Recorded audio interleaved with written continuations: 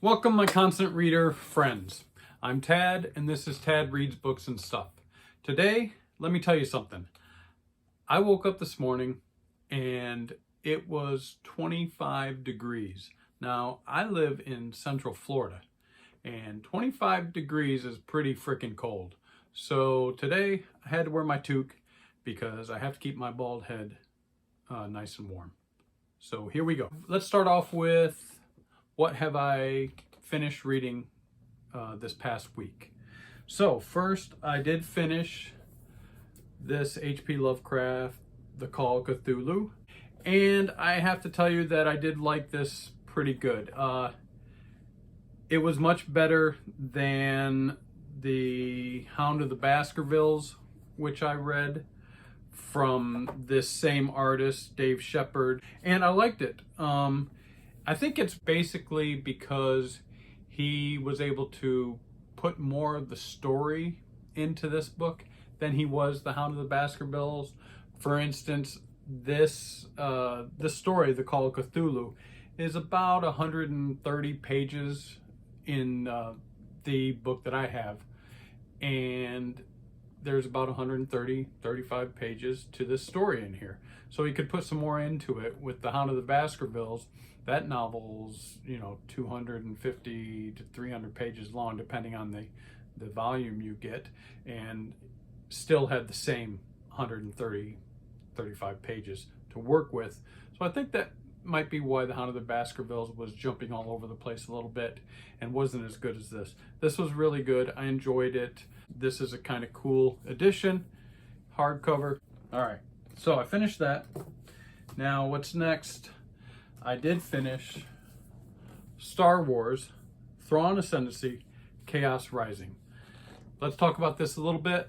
I don't want to give anything away, but I do have to say, so it was written by Timothy Zahn, and he has written over 60 novels.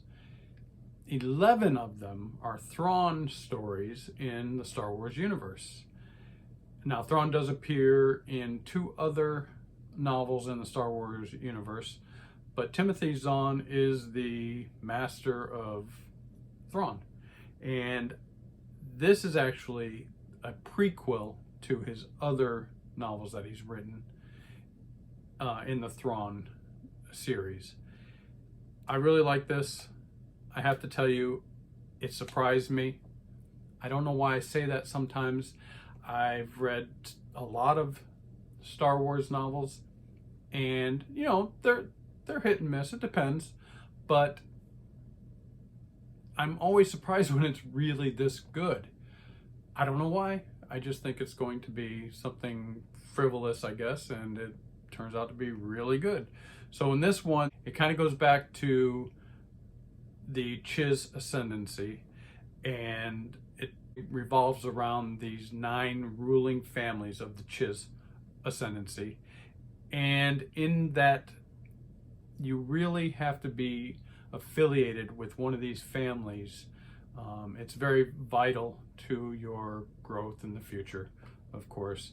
And in this novel, the Myth family grabs Thrawn right out of school and kind of pushes him through the normal steps that it takes to become a member of one of these 9 ruling families, because they see his potential and they really think that this would benefit their family. So they grab Thrawn early in his life and make him a member of the family. There are different levels that you can attain in the family, but they grab him before any of the other families can grab him.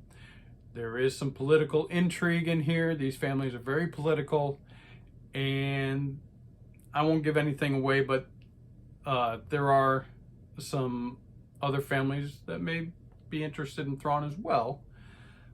But the overall feeling is he is so brilliant, he's such a genius, that he could either be the savior of Chiss and moving them into the future, or he may even be the downfall of the Chiss Ascendancy. So there are some there's some political intrigue in there involved. Now, the problem with Thrawn is he's this military genius. He's almost like a chess master. He can see things. He can make moves in the future, and he can anticipate what other people are what other moves they're going to make. But he really has no idea about politics and what it takes to be, a good politician. And they kind of use that against him. But you'll see if you read this. Now, there are some cool things in this book, really, that just grabbed me right off. Like I said, I was really surprised at how good it was. I shouldn't have been, because Timothy Zahn's a great writer. But they have these Pathfinders and Skywalkers. And what they do is they help navigate through hyperspace.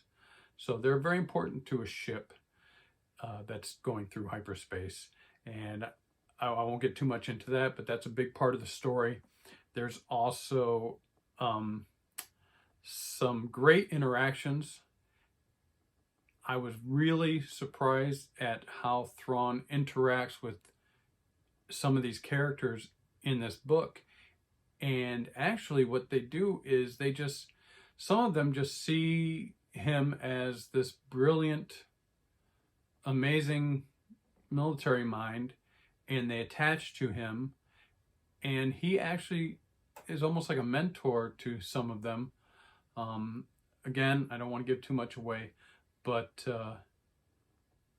it's weird. He can be ruthless, but he can be caring kind of as well. And that's part of the intrigue in the book too. You just have to read it. I was really impressed with this. I will be moving on and reading the second book in this trilogy. I don't know if I'm going to be able to do it in February. We'll see, because this is what I want to do for February.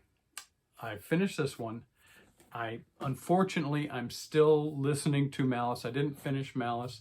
I was hoping that I was going to be able to finish Malice, but I just, for this week, I didn't spend as much time in my work vehicle as I normally do, and that's where I listen to my novels.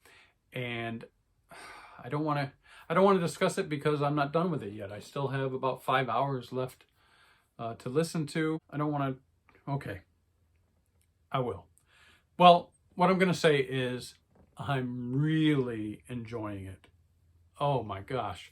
It is really good. I'll go into it more when I finish the novel.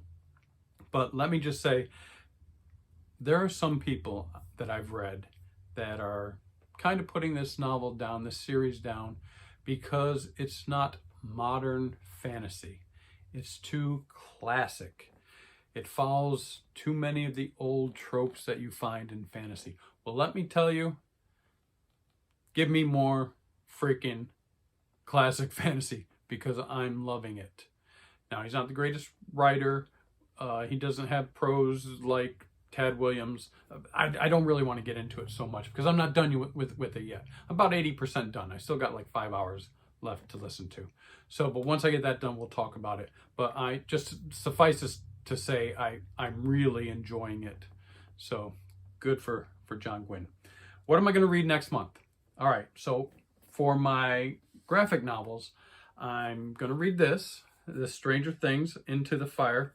I've read every Stranger Things novel that's come out, every comic series that's come out.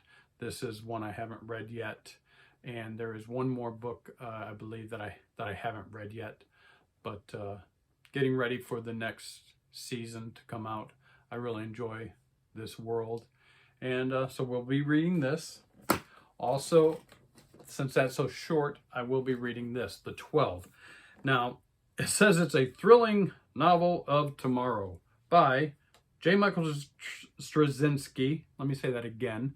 J. Michael Straczynski and Chris Weston. Now, I'm a huge J. Michael Straczynski fan. If you don't know, he did Babylon 5, which I think is one of the all-time best science fiction TV series that's ever been on TV. I am watching The Expanse right now, and I'm digging it. But still, Babylon 5 is the best I've ever seen. That was J. Michael Straczynski. It was a showrunner for a lot of different TV series, even Murder, She Wrote for a while. He did some really cool stuff. He wrote for Amazing Spider-Man for a while. He did the series Sense8, which I thought was excellent. I'm really kind of pissed off that they took that off when they did, because I really thought that was great too, and many others. But and the rebooting Babylon 5. But I didn't know about this one, so I found this, and we're going to be reading this month too. So those are my graphic novels for February. What am I going to read for books? Well, I'm going to finish Malice, listening to Malice, and I believe I will just go into the second, well, I think I'm going to start listening to the second book. I have The Name of the Wind by Patrick Rothfuss. I'm not sure if I'm going to listen to that first or go on to the second book in the John Gwynne series. We'll see. I really haven't determined what I'm going to listen to next. But what am I going to read? Well, here we go. I've been talking about using this channel to read some of the books that I've had for many years that I haven't been able to read yet. So this is what I'm going to do. I've got these books here. What I did was I grabbed books that had several books in a series in one book. And I've got a couple of them. So I have Dune Messiah and Children of Dune. Now, I listened actually to the audiobook for Dune last year, getting ready for the new movie. I had read the novel several times, but I decided to listen to it last year. And of course, it was great. It's probably my second favorite novel ever written. I'm a little bit backward. Mike's books reviews, his favorite novel of all time is Dune, and his second favorite novel of all time is It by Stephen King. I'm the exact opposite. It by Stephen King is my all-time favorite novel, and Dune by Frank Herbert is my second favorite all-time novel.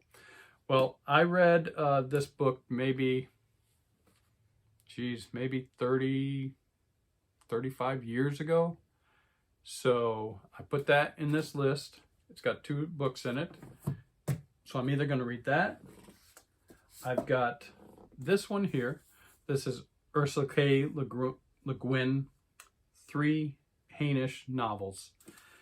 Now, this has the Rokanan's World, it has Planet of Exile, and it has City of Illusion. These are 3 books in her Hainish novel series. These books, wow.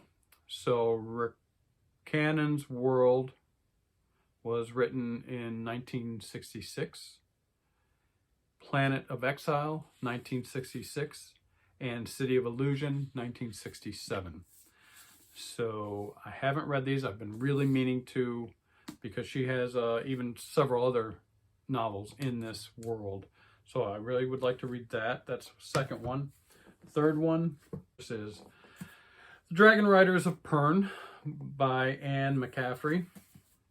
And so when I was younger, I saw the cover for The White Dragon, and it was so amazing.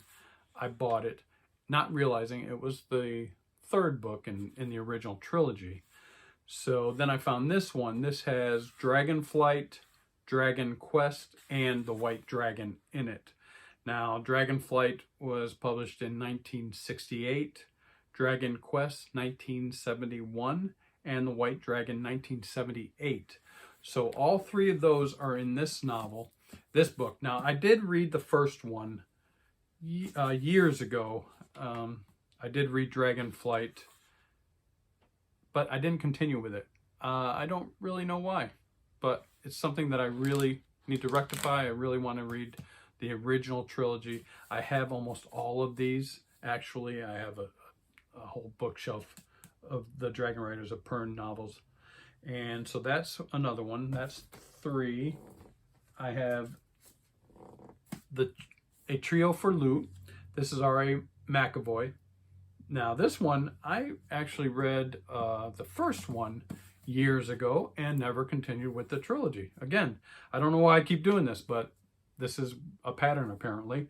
The first book is Damiano. The second book is Damiano's Loot. And the third one is Raphael. Now, like I said, I did read Damiano years ago. Damiano was published in 1983.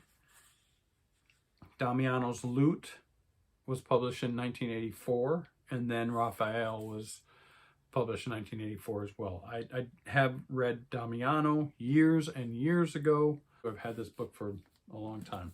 So there's number 4. Number 5 is Earth Clan by David Brin. Again, something that I've had on my bookshelf forever. I buy these books and then life happens and I don't read them, or I get involved with another author and I start reading them and I go crazy reading everything they've written. But I'd never actually read this. So the first novel in this collection is Startide Rising. It was published in 1983. And Uplift War is the second novel, and it was published in 1987. I don't really know much about it. I know it's science fiction, but I have not read any other David Brin novels, and I've been wanting to read this for years. So that's number 5, and then number 6. This is a nice little edition here. It's got gold gilded edges. It's got a nice little, placekeeper here, ribbon. This is Robert Heinlein, Starship Troopers, and Stranger in a Strange Land. 2 novels, again, that I've never read and always wanted to. So we're going to try to figure out which one of these novels I'm going to read, or several novels here. So I've got 6 of them. So how am I going to select these 6? Well, I'm a bit of a gamer. I like to play board games, and I'm going to roll for it. I've got an old dice here. This actually is a craps table dice from Oxford Casino up in Maine. I used to work for Oxford Casino for several years up in Maine, and I have one of their craps tables dice. I'm going to roll this, and let's do this. Excuse me. Let's say we'll count up this way. 1, 2, 3, 4, 5, 6. Whatever I roll on this dice is what we're going to read this February.